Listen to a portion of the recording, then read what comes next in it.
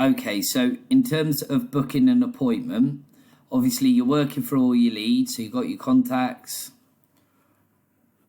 working through your leads, next, etc. So come to a customer, you book the appointment.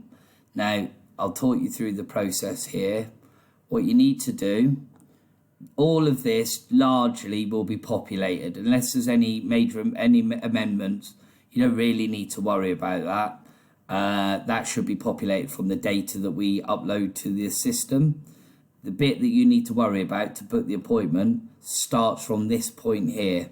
So it's absolutely fundamental that you click yes on here.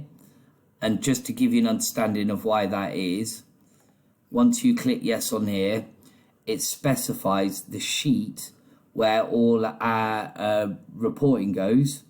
So it specifies our company sheet, and it doesn't go on to Catax's. And then from here on, we've got automation software in place which will pick up the customer details and automatically send them a calendar invite, and also it feeds into all our reporting, etc. So I can't emphasize enough, that must be clicked yes, and that is basically where the booking form starts. So this is really where your input begins. So CRF yes, appointment was booked for, when was it booked for? Let's say Friday the 10th. Appointment time. Now this again, unfortunately, we couldn't get a thing just to pick the time, so you've got to put it in manually, and we work off a 24-hour clock. And again, just so everything flows beyond this point in terms of the automation and getting the customers invited to the appointments, etc., you must put it in that format. So 09 with the colon in the middle, 100 hours, and then we work on a 24-hour clock. So, yep, etc. So, okay, so that, but it must be formatted in that respect. Again, it's just critical. The appointments won't go through unless that's done. Number of employees, easy enough. Drop down menu. Turnover. So these are the two critical questions that you need to be asking them in the call, just to make sure it's viable. Any notes that you may have, any pertinent notes, don't need to explain that. Appointment was set by, so that's your name. So who booked the appointment? And again, make sure you get that right, because that'll feed into all your, it'll feed into all the data so we can monitor where the deals are up to.